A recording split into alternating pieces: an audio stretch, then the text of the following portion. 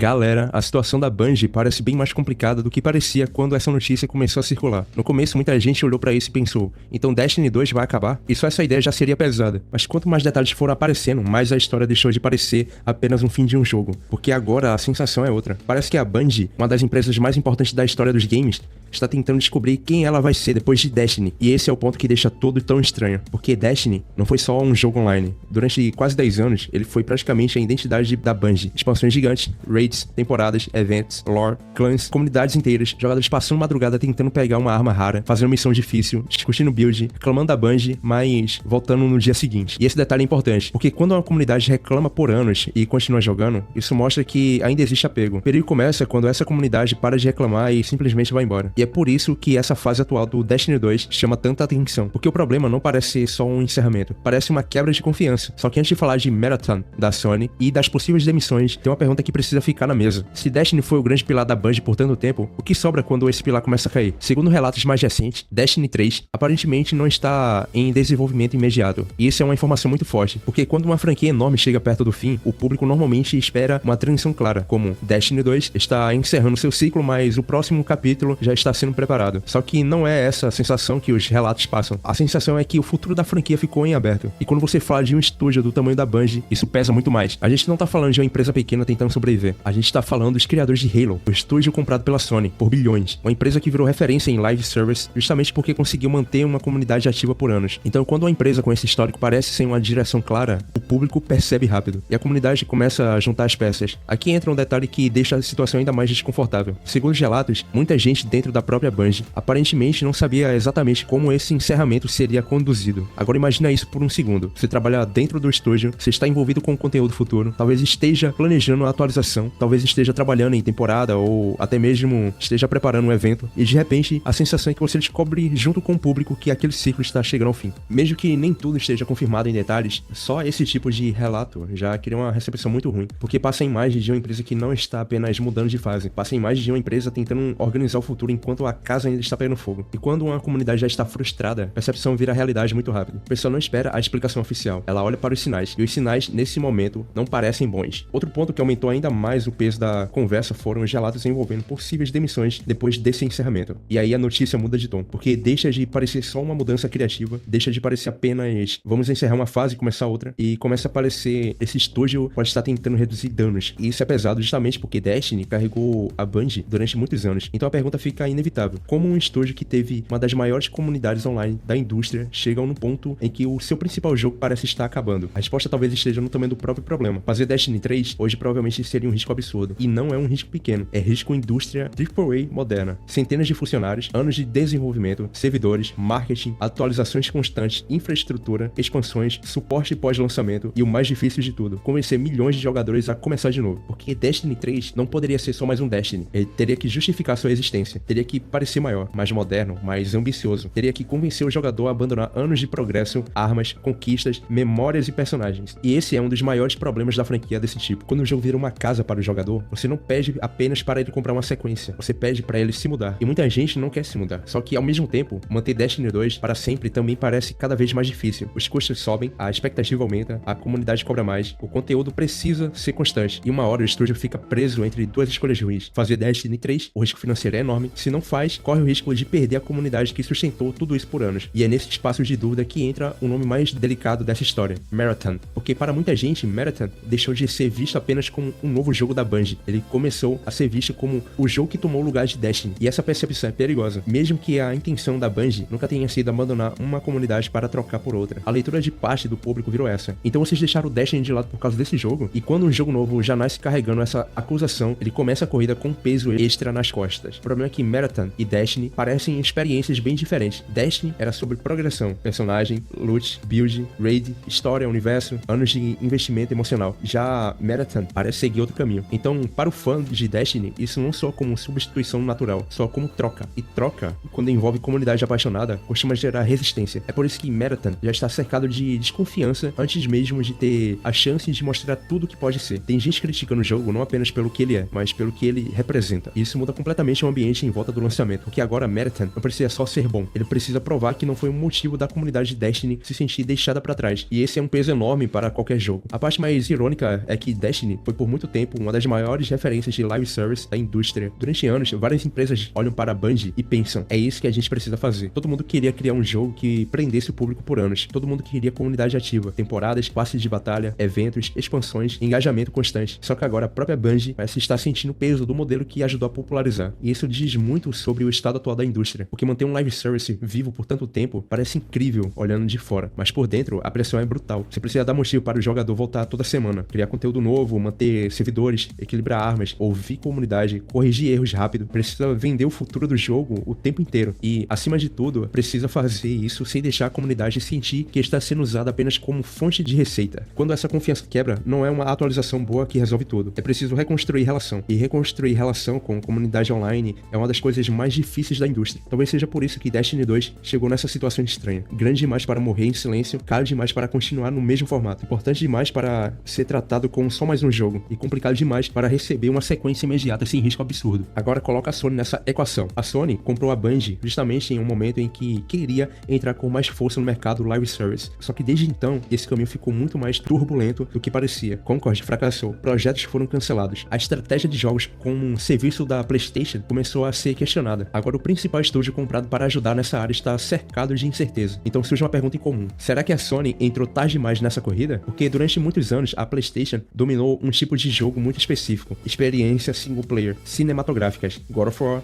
The Last of Us, Spider-Man, Ghost of Tsushima, jogos grandes, caros, bem produzidos e focados em campanha. Só que jogo como um serviço é outra realidade. Não basta lançar bem, não basta ter orçamento, não basta ter estúdio famoso. O público precisa querer morar naquele jogo. E fazer alguém morar em um jogo por anos é muito mais difícil do que vender uma campanha de 20 horas. Destiny conseguiu isso. Marathon ainda precisa provar. E o problema é que ele vai tentar provar justamente em um dos momentos mais frágeis da imagem da Bungie. Com a comunidade desconfiada, notícia de possível demissão, o futuro do Destiny em aberto, com a internet já montando uma narrativa negativa e com a comparação inevitável com um jogo que carregou o estúdio por quase uma década, isso pode atrapalhar qualquer lançamento, porque no mercado atual, percepção pesa muito. Às vezes um jogo nem precisa lançar mal para começar em desvantagem, basta o público chegar nele já esperando o pior. E nesse momento a percepção em volta da Bungie não parece ser, eles estão preparando uma nova era, parece mais, eles ainda estão tentando entender qual vai ser a nova era. Talvez isso seja injusto, talvez exista um plano interno que ainda não foi revelado. Talvez Marathon surpreenda. Talvez a Bungie consiga virar essa narrativa com uma apresentação forte. Tudo isso pode acontecer, mas o momento atual é delicado. E quando uma comunidade começa a perder confiança, não basta aparecer com um trailer bonito. Precisa mostrar direção, mostrar clareza, precisa mostrar que existe um plano. E essa talvez seja a maior responsabilidade de Marathon agora. Ele precisa ser um bom jogo, precisa convencer quem nunca ligou pra ele, precisa provar para a Sony que a Bungie consegue liderar um grande live service, precisa carregar um estúdio enorme e ainda precisa lidar com a sombra de Destiny. É muita coisa para um único lançamento. Talvez por isso essa fase pareça tão perigosa, porque Halo ficou no passado. Destiny parece estar encerrando seu ciclo. Destiny 3 aparentemente não está no horizonte imediato, e Marathon virou a grande aposta. Pela primeira vez em muitos anos, a Bungie parece estar em uma crise de identidade, e isso é estranho de ver, porque durante muito tempo a empresa parecia uma das poucas que realmente entendia a comunidade online, mas agora ela parece presa justamente no modelo que ajudou a transformar a tendência. E talvez essa seja a grande ironia dessa história. A indústria passou anos tentando fazer jogos durarem para sempre, mas talvez nem todo jogo tenha sido feito para durar para sempre, porque um jogo com serviço parece uma máquina perfeita quando a comunidade está engajada, mas quando o custo aumenta, a equipe cansa,